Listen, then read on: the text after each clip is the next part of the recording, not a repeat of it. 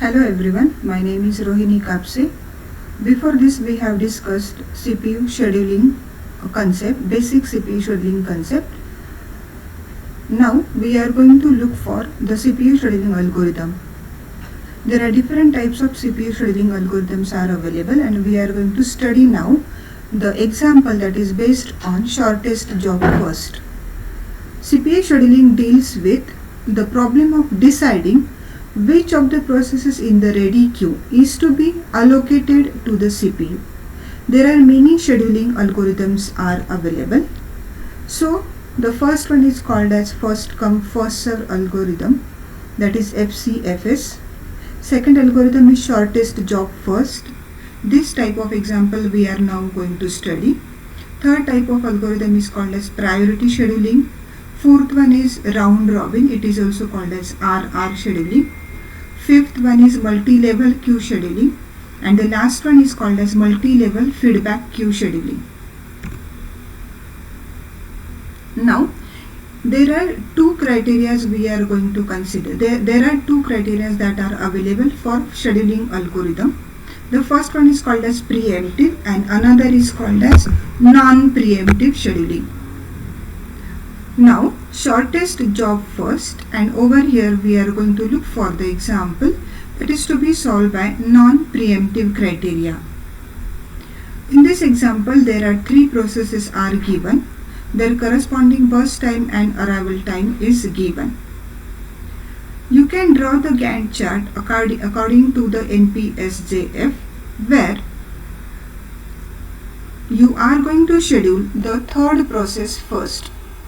If we are going to look for the third process, its arrival time is 0 and having burst time of 5. So it will be scheduled first. Now after this, the next process that is scheduled is we have to look for the burst time, and which is the smallest one, that is shortest job first. So there are two processes P1 and P2, and their corresponding times are 3 and 2. Even the process P1 arrived at one time unit, but it is not scheduled over here. We are going to select the second process because it is having less burst time as compared to the P1 process.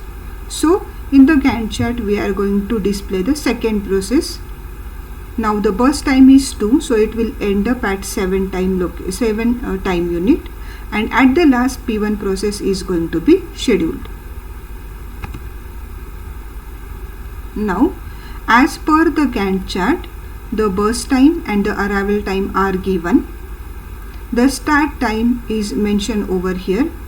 P1 is scheduled, P1 start time is 7, P2 start time is 5, and P3's start time is 0.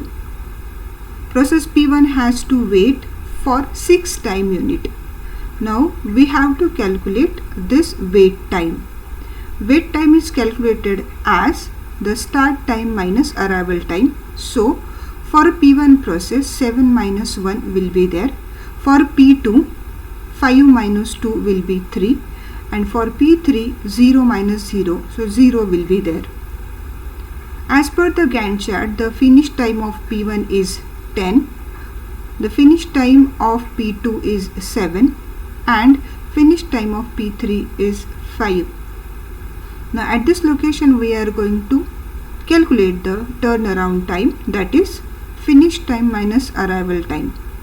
So the P1 finish time is 10 and it is arrived at 1, so it requires the total time of 9.